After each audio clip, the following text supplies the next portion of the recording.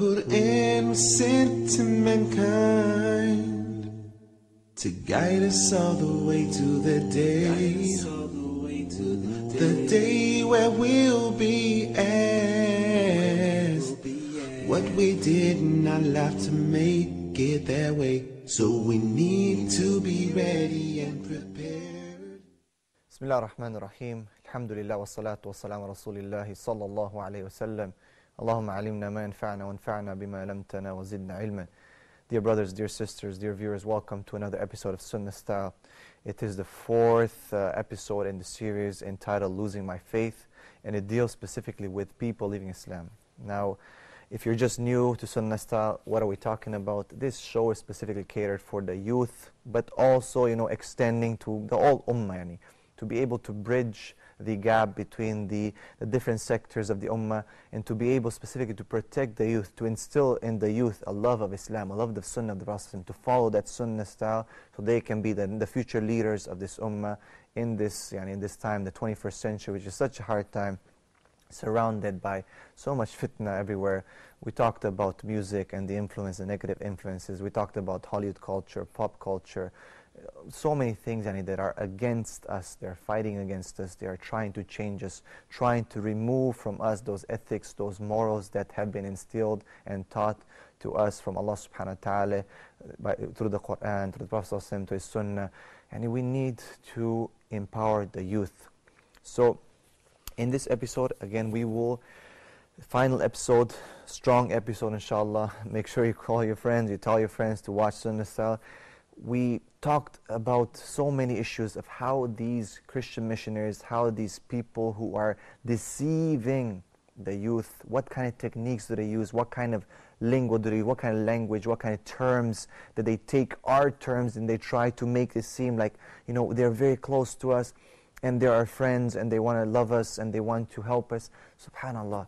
And how they try and they deceive so many people. They deceive people over. And I've had so many experiences, and I'm going to share some of those experiences with you, inshallah. But one of the things that I want to tell you, and I kind of touched upon in the last episode, was about the educational aid provided by some of these humanitarian organizations. Okay, and that is, for example, World Vision is such a renowned, organization. And I remember even growing up as a non-Muslim, I used to see, their ads, they're sponsoring children. And at one point I was very, very angry because I found out what was the breakdown of how much money, for example, reaches the children. So they use these little children in India and Africa, very poor child, and he's walking around, with no clothes on almost, and he's digging for food in the garbage. And, then this nice missionary, shows up, this white guy, just looking so nice. And he will say, don't you want to save him? Don't you want to help him? Just $10 a month or something like that can help, save this child from hunger, from diseases and so on. Donate to World Vision and so many things, subhanAllah. And you look at it and you see, you can't help yourself but be emotionally moved. You look at there and you're like, wow, I want to give my money to this. I want to help out. I want to actually, support this child, this poor child. And then it was exposed, and I looked at the breakdown of how much money actually reaches this child. And I found that it was just a small fraction of the total will reach actually this child if it reaches it. And that a lot of it is done to support the missionary activities, all their so-called educational endeavors, all their things that they have to pay in between organization and so on and so forth. And only a small amount. So they're using this child for a small amount of money, but they're gaining from this commercial what? To actually do their missionary activities, subhanAllah. So at that point, I remember I was just very, very angry at that point. Even as a non-Muslim, I say, no, I'm not going to support these people. These people are lying. These people are deceiving. There's no point in supporting these people. So World Vision educational aid consists, as it's documented, according to their documentation, Bible studies, Christian literature, Sunday school classes, and spiritual counseling. And of course, a lot of these extend to the Muslims, and I have seen it when I went to Africa, as I said, and to India, and I've talked to people, and I've seen different people in the world at large, and doing my research and dealing and debating with these people, I have seen that these guys are very good at it, they're very organized, their studies, their churches are very welcoming, and the Muslims are actually going towards that. So we said that they infiltrate the educational system. And this is like a colonial technique, okay? The way that the colonial powers used to do it, they used to look exactly what's the weakest link, or the most important part that they can actually break down, and from there it's just going to get destroyed. So education, when you look at education, why? Because you start developing your ideas. You start forming your personality. You start being influenced by the time that you're in school. I mean, how many of us we all recall the teacher, we all recall the teaching, we all recall what we've learned. We've been influenced by special teacher or someone in our life at that time in our education. Of course, it has helped to shape who we are today. This is without a doubt. No one can ever define that. So they know that. They actually know that, and they attack it right there.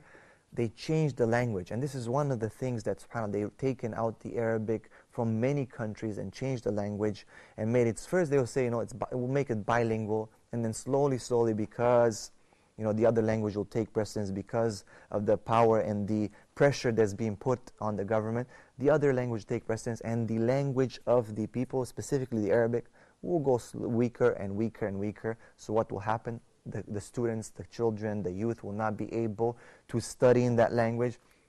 We find in many Muslim countries that French, for some people, is more powerful than Arabic, that they study French in the schools and universities and so on. That the Arabic is only when you study Arabic studies, or if you're allowed to study Islamic studies. And even then, the Arabic has been destroyed so much by the influence of the French that some words have infiltrated in, that the Fusha of the actual colloquial Arabic, the right Arabic, the proper Arabic has been somehow changed, and they find a hard time to study the books, the authentic books, and to study the deen. So, and these guys know it perfectly. So what do they turn to? They'll turn to the English books. And these people know that they cannot change the Arabic books. They cannot change, Imam Nawawi's books or Ibn Hajar or anything like that. But they can remove the tool that the people can go and study from these books. And they'll give them now the tool that they'll shift them to their side where they can actually influence them. So now, you're weak in Arabic, but you're very strong in English or French. So now you can read this, these books. Here's a philosophy book. Here's the Bible. Here's this. Here's that. You can read this book. You'll understand. Or here's we wrote a book on Islam to help you, and you can read this book in our language, and it's your strong language. So and of course this is the way they can change and add their own ideas. And this is without a doubt, it's being witnessed throughout the Muslim world. By changing the language, you're changing the culture. You change the culture of the people. You are bringing in this, it's a necessity, right? For example, today English is, the language of business. People need it. Everyone would like to know it, to study it. The media is, it's using English. Everyone is exposed to music, to MTV and so on. If they cannot fully speak English, at least they understand, or they find people singing or memorizing the words. They might not fully understand what they are, but definitely it's impacting them so much, right? With that comes the change of the culture, the clothes, the change of the look, how you speak, how you behave, what you see, and so on. So once the culture is changed, and I must say that these people are very patient. I've seen and I've witnessed many da'wah activities from the Muslim side that are very hasty, very fast, not very organized. These people on the other side are very careful. They take their time. They make sure that they do it properly. So once they change the culture, what they can do now, they will be able to show that Islam contradicts. Because a culture is what? Is the general trend, the general thinking of the people. It's become acceptable. Certain things are become acceptable. Everyone agrees upon it. So now they'll bring Islam and they'll say, do you agree with this? Do you agree what your book is saying? Do you agree with what the seerah is saying? And people say, whoa, wait a second. No, I don't know. People are confused. They don't even know where the confusion is coming from. They can't even realize that this has been implanted into them. I'll give an example. There are some Muslim countries today that do not allow polygamy. Okay, they do not allow the marriage in Islam, and it's by law it's not allowed. So people, when you talk, if you ever, this concept ever comes up, they say, oh, no, this is wrong, and, how can this happen? This is totally bad, and I cannot do that. Come on, man. It is part of Islam. Now, whether you want to do it or not, this is your choice, but you cannot deny to say, no, I don't think this is correct, this is not right. How can you say that it's not right when it is part of Islam? But because they've been brainwashed, it is a brainwashing, their cultures change, they find that Islam is actually contradicting. We don't like Islam because we are very comfortable with what we have here. This is what I know every day. Islam comes only on Friday or 5 times a day, if it does, or only on certain studies or here or there. But everything else, my music, my life, what I'm speaking, my friend, it's day in and day out all the time. This is what I'm comfortable with, and I'm not going to change that. So this is something important. It was interesting because the other day I was stopped from entering a place, okay, in a Muslim country. I was stopped because I was wearing an Islamic garment. It was a very clean Islamic garment. I was dressed very properly. I had a nice jacket on top. I had very clean shoes, as I always take care to clean my shoes, to look properly, to have my beard look good, my hair and everything. But they said that this is not dress code. We cannot allow you. We have a dress code, and this is against our dress code. I said, subhanallah, it's a Muslim country. How can I be stopped? I mean, this culture in this country used to be as such, wearing the thobe, the women used to cover, and so on. So look how it changed. Just look at the pictures. Search the pictures of the Muslim countries and what were their cultures. And something that, culture we should be proud of, right? It's something that it is our history, our forefathers. Can we say that what they're wearing? I mean, most countries, they take pride in their heritage.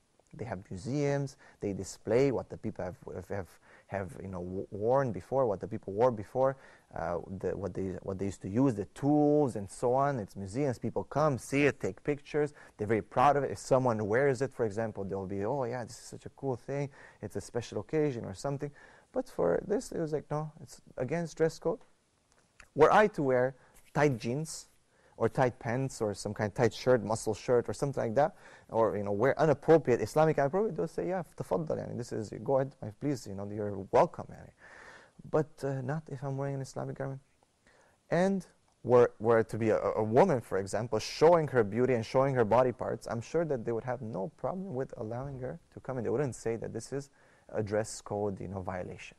SubhanAllah. So you see, by slowly believing these cultural influences that changes, slowly you actually change what you perceive even of Islam, and then you deny aspects of the Islamic culture that you yourself and your parents and your forefathers used to be part of. Inshallah, we'll take a break and we'll be back on Sunnah Style talking about this amazing topic. What we did not have to make it that way, so we need to be ready and prepared.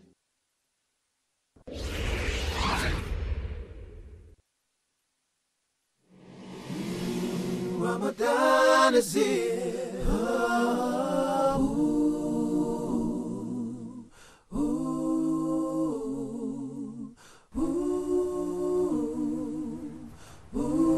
We're only a few sunsets away from the month of change, an opportunity that is given to us only once a year. Take a look at this. Take a look at your future. Assalamu alaikum wa rahmatullahi wa barakatuh. It's a very windy and dusty day here. We're about an hour out of Cairo in the middle of the desert. Al-Ikhlas, sincerity. Whether you are alone in the middle of the ocean, in a boat, or on a river, or in a busy city street, your only way to success in this life and the next is through sincerity. Methanol, which is the fuel that is used for rockets, that is placed inside cigarettes, that we're putting into our bodies when we're breaking our fast. Subhanallah.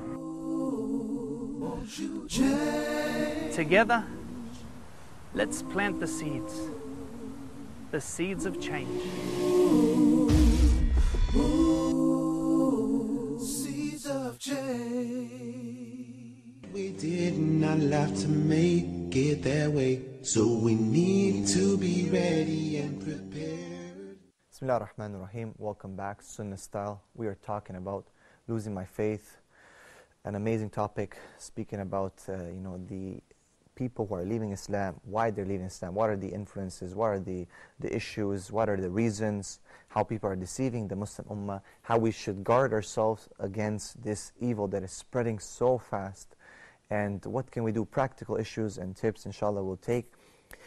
Before we took a break, we spoke a little bit about what happened to me and a few days ago, and how the culture has changed, and how people denied me entrance into a place just because I was wearing Islamic type of garments, right? So we talked that's the culture issue. Another thing that we need to understand when it comes to the culture is that our example is Prophet Muhammad sallallahu alaihi wasallam. His culture, if you want to call it, his sunnah. Okay, this is for us is part of our aqidah. Okay, this is something that is very important. This is something of our faith and our belief. So anyone who finds resistance, anyone who finds some kind of issue with the sunnah of Muhammad sallallahu alaihi wasallam, there's a problem. There's a problem. So these people know that once they have changed our minds about the culture, now they can attack who? Our most beloved, the one who has brought us this message. They will shoot the messenger. Once they shoot the messenger, of course, the message is gone. So they attack Prophet Muhammad sallallahu alaihi wasallam. They attack him on so many different levels, right? And they'll say to you, how can you say that he was a prophet, a'udhu billah? How can you say that this is morally correct? But again, remember, what's morally correct has been defined by who? By them now. And we took it, we swallowed it, and we believed it. So a lot of times, I've had people, subhanAllah, coming to me, this whole issue, it's been repeated so many times. It's been explained so many times.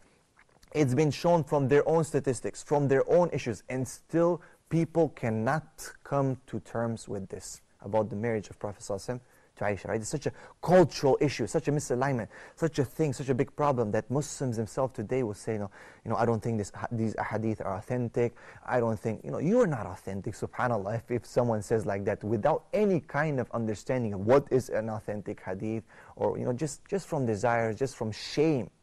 Are we ashamed of our Prophet? A'udhu billah. Are we ashamed of Muhammad sallallahu alayhi wasallam? Did he not marry Aisha? Was she not a young woman? A woman, not a little girl. A'udhu billah. People have these, these concepts that they come with. This comes from their own perversion and their own, it reflects what's inside. In psychology, actually, a lot of your thoughts and what you say and what you misunderstand of what people say, someone can say a certain statement and you take it in a sexual way, right? It's why? Because it reflects the dirt that is inside of you, the thoughts that are inside of you, right? Prophet Muhammad sallallahu alaihi wasallam married Aisha radiallahu anha, and she was a young woman. A woman means someone who can have a child. She means she's not a girl anymore. Children do not have children, okay? So you need to understand that. But at the same time, as I said, it becomes a cultural sensitivity, subhanAllah, that Muslims, they start feeling estranged and ashamed. I want to ask you again, are you ashamed of Prophet Muhammad sallallahu alaihi wasallam? The same people, the ones who are attacking you, as I said in one of the previous episodes, are the same people who are calling to us, the Muslims, to teach our children sexual education at the age of 3 and 4. 3 and 4, toddlers. They're the same ones whose daughters at 9 and 10, that same age of Aisha radiallahu anha, that they will go on date and get pregnant. Okay, and I've spoke about a very interesting thing that happened to, because someone from my country recently, there's a person from a gypsy background, okay, and it became a big thing in the news, very big thing, right, that she was pregnant and she is, 9, 10. And all the media and the news, they were in Spain actually, but they moved from Romania to Spain. All the media and the news said such a big thing, and it was funny because the grandma came out. The grandma came out, and she said, I don't understand what the problem is with you guys. What is wrong? Why are you guys here?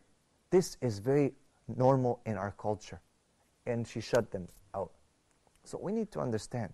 Okay, we need to be careful and intellectually protect ourselves from these doubts.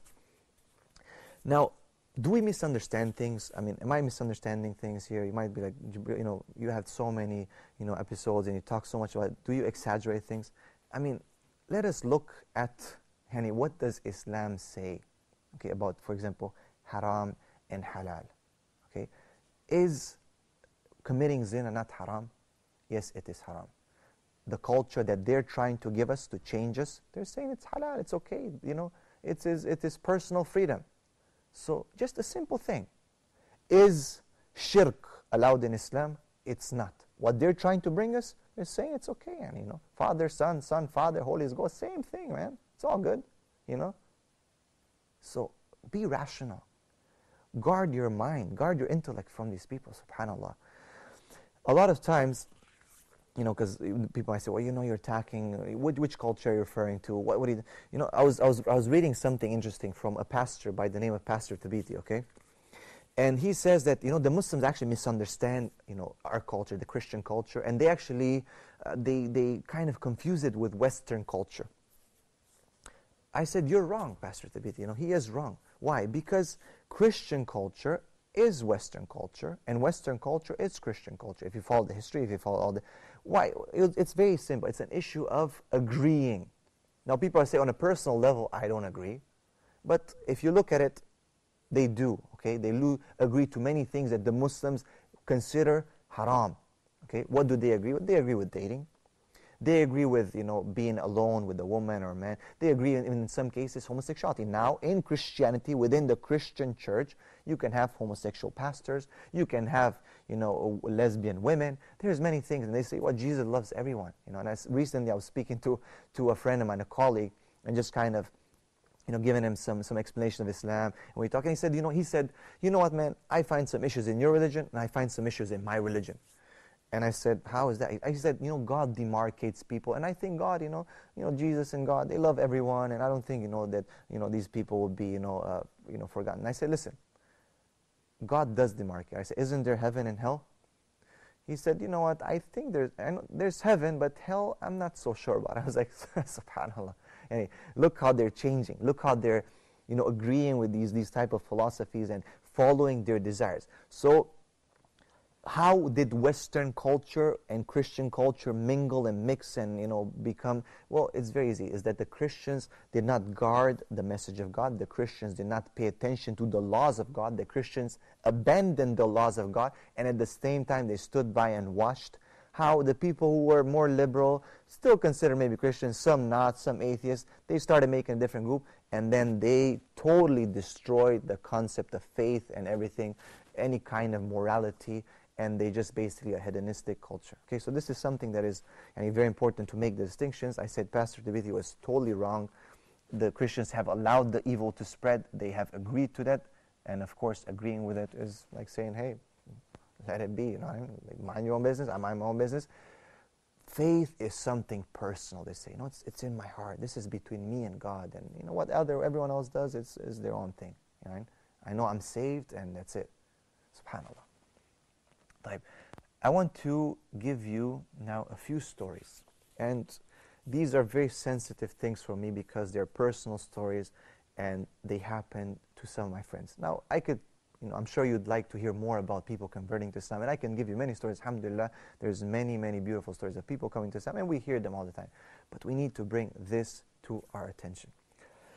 And these are some of my friends who have left Islam.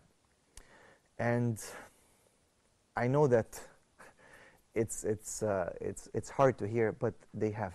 And for me, even today, when I think about it, and I question myself, and I say, what could I have done different to stop them, to help them to stay in the deen? And subhanallah, sometimes I don't find an answer.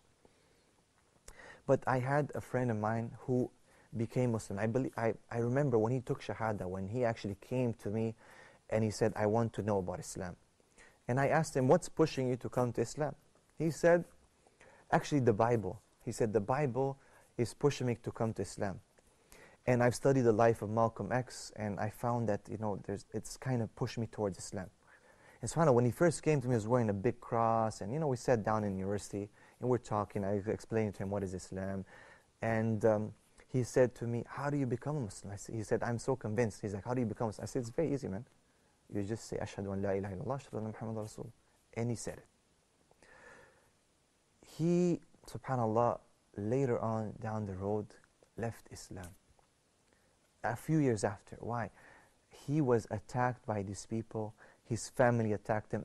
Everyone around him attacked him. He was emotionally unstable, and he was able to be influenced by these people. He was pulled into many different, understandings, and he was very attached to rap.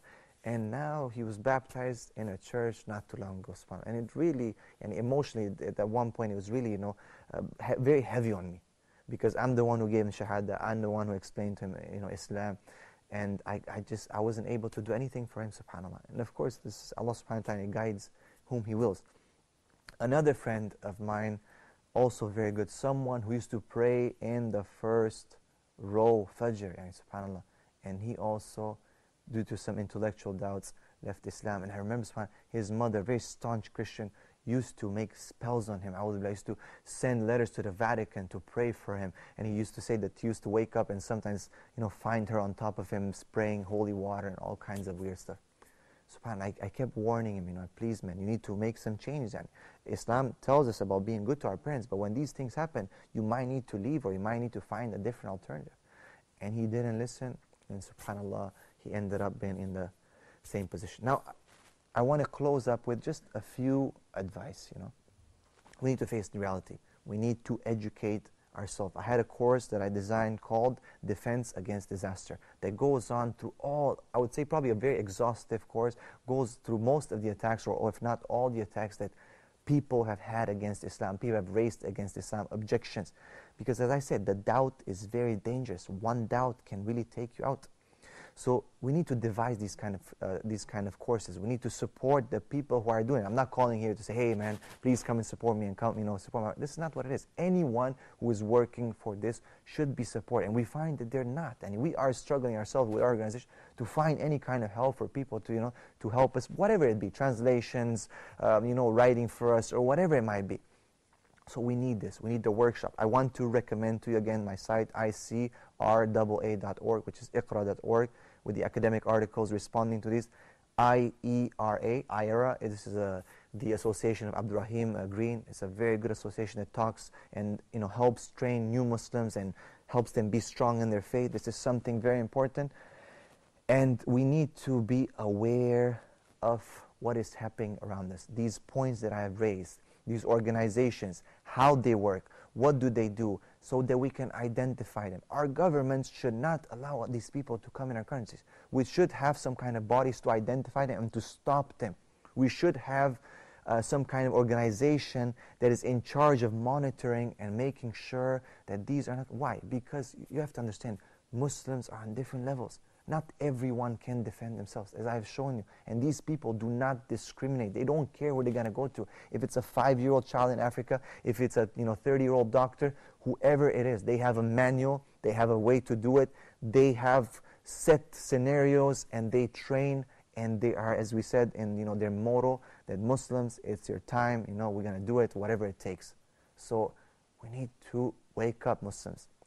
And if we ourselves don't take this da'wah seriously, this Islam, if we don't give da'wah, we are going to be given da'wah.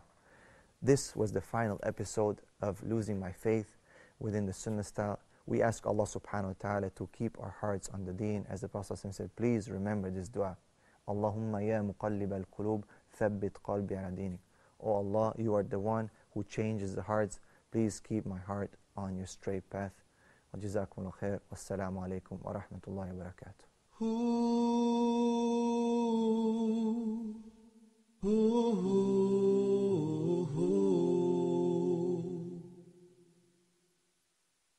The Quran was sent to mankind to guide us all the way to the day where we'll be asked what we did in our life to make it that way. So we need to be ready and prepared.